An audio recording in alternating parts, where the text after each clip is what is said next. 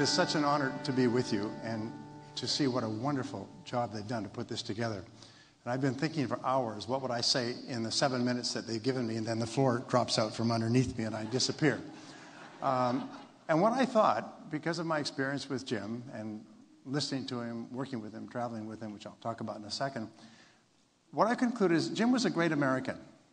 And for me, that's one of the best accolades you can give a person. He was a great American.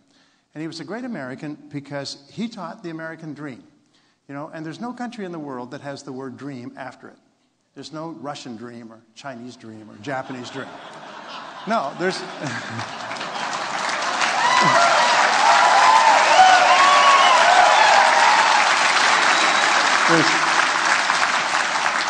There's only the American dream, and that's what Jim taught, and he taught it over and over again. And what was the American dream? The American dream was that you could start with nothing. You could start from nowhere. You could come from another country and have no friends and no contacts and no language, but in America you could make it if you did certain things. And he taught the certain things that you could do.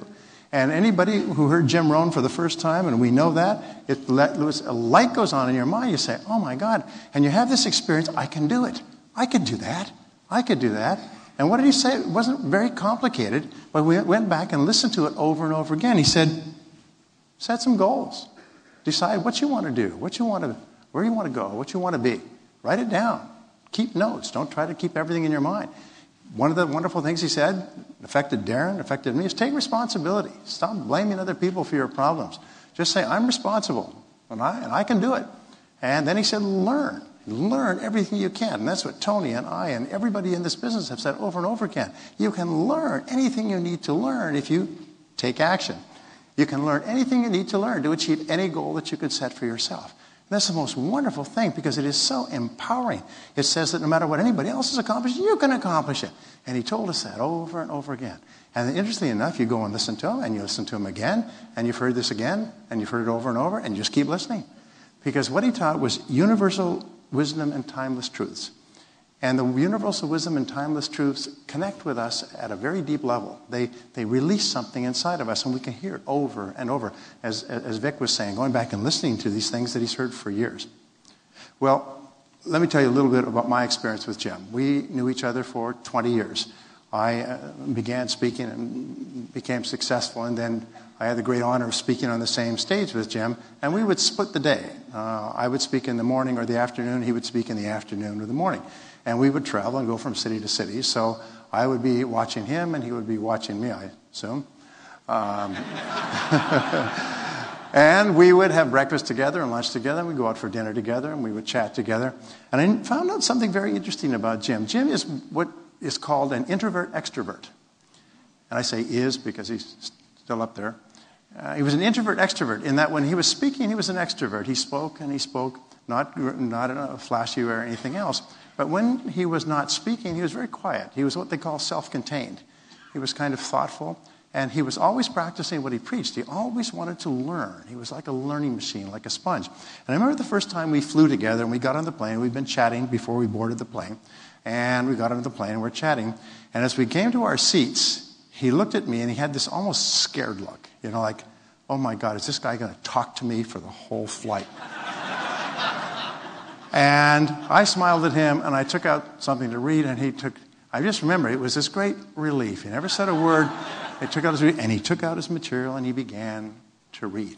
And we just sat there on the flight, flying across the country, him sitting there reading, me sitting there reading, not saying a word.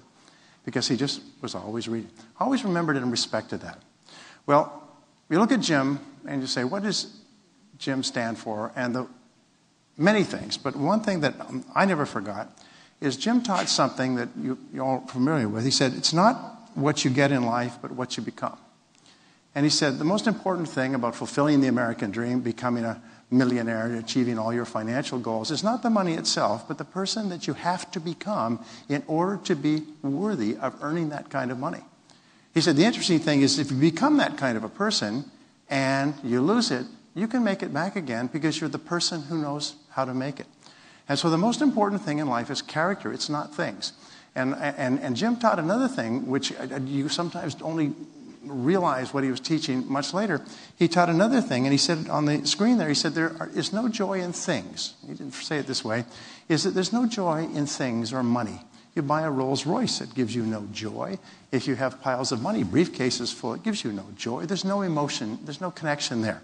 He said the only connection comes from the people that you love, enjoy, care about, the relationships that you have, the people that care about you. That's where all the joy in life comes from. And it's unfortunate. Many people become so preoccupied with getting things, they don't realize they get the things and there's no joy in them.